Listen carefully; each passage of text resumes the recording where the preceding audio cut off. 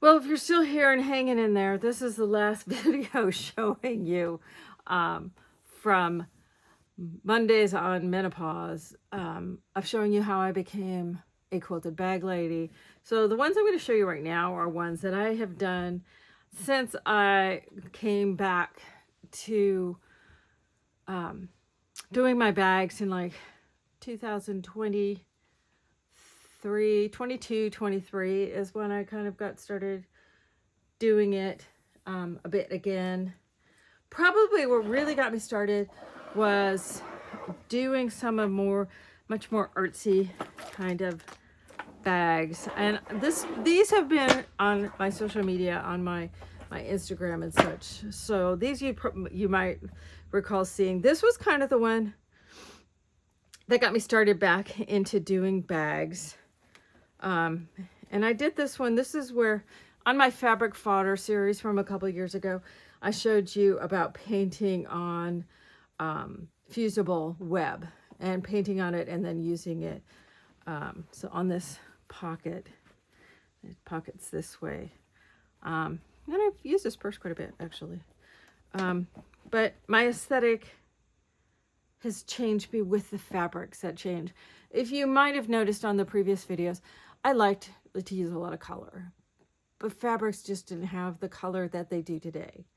For instance, I love, and I'll show you some of the more bags done in that, I love tulip pink fabric. Back in the day, I loved Kate Fawcett. I still love Kate Fawcett.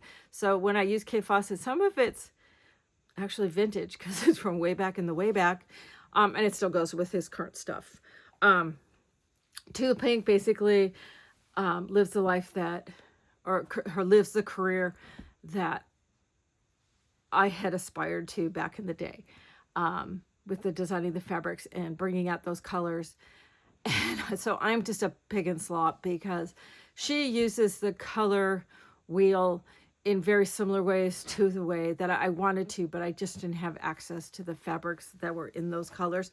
So now having access to that, I'm ecstatic. But anyway, so this is one of the first ones. And then those of you who may remember during Seek, Gather, Create a few years ago, I think that was one of them. I know I did these little pouches as part of that. I did a bunch of little pouches. This has some plastic on it. There's at least another couple of these bags, and I don't know where they ended up with some of those. This one I used to go to hockey games and stuff because my wallet and my phone fits in it when you have to take something small or clear. So I go for small. This is a butterfly. I did a face. I should never have done this hair color because everybody has blue eyes, but everybody who thinks this is me. So I feel kind of weird using it. So I should have done a different hair color. This one, I have to do some repair. It's kind of coming apart because I use this a lot. And this one was done with some stenciling and paint and mixed media stuff. So I was totally getting into doing that. This is some printing onto fabric that can run through the printer and some piecing again. This is just a smaller version of the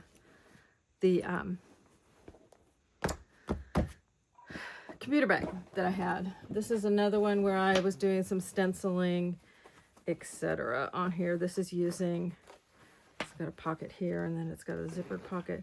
This is using those sake bags that I found a couple of years ago.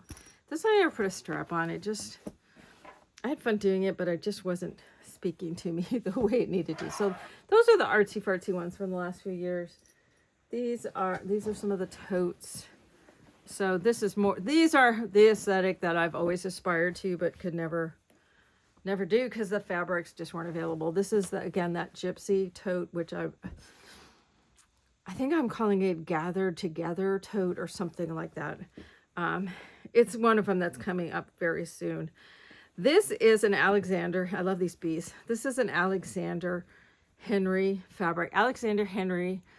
I love Alexander Henry. I have for years. I have some fabrics. They had a date on them I have some from 2004, 2007, and some from in the 90s.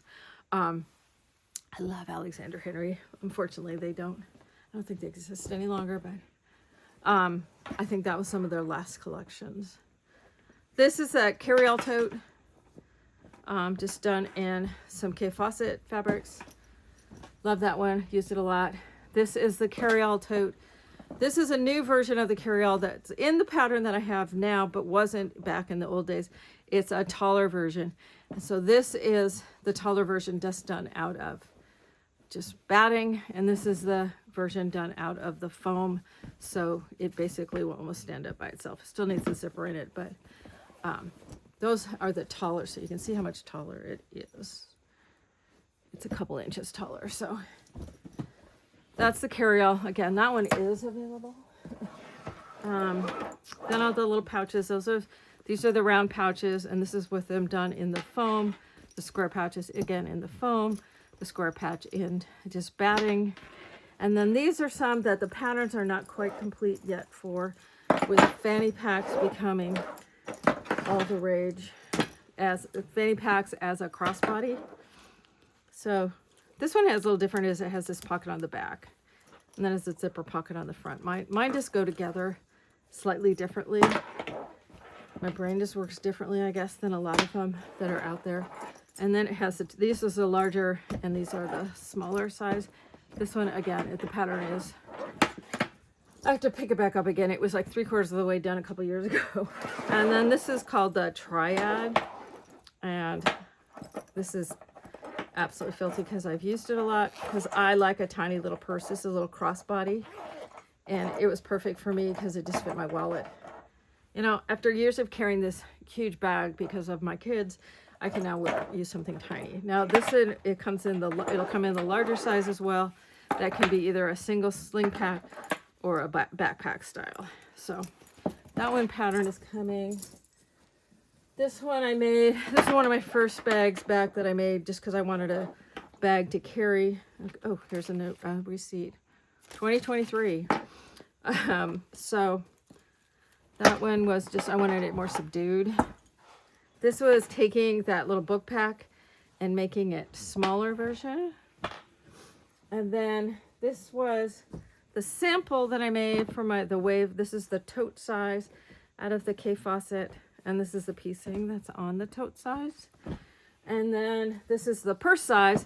And if you watch some of the other videos, you will see when I talked about the wave, then I have since figured out, it's one of those moments of putting a zipper on the inside one. So then you still have the access to the pockets, but it closes. So it's not this wide open into your purse. So the wave can now be made with a zipper. And I did that. This one I just did a few weeks ago. If you guys follow my Instagram at all, I showed this one where I took this Gray Works from Tula Pink, and with the wolf. I can't see this wolf any other way than doing it split two sides. So this one also has the zipper with, I mean, it's got rainbow teeth on the zipper.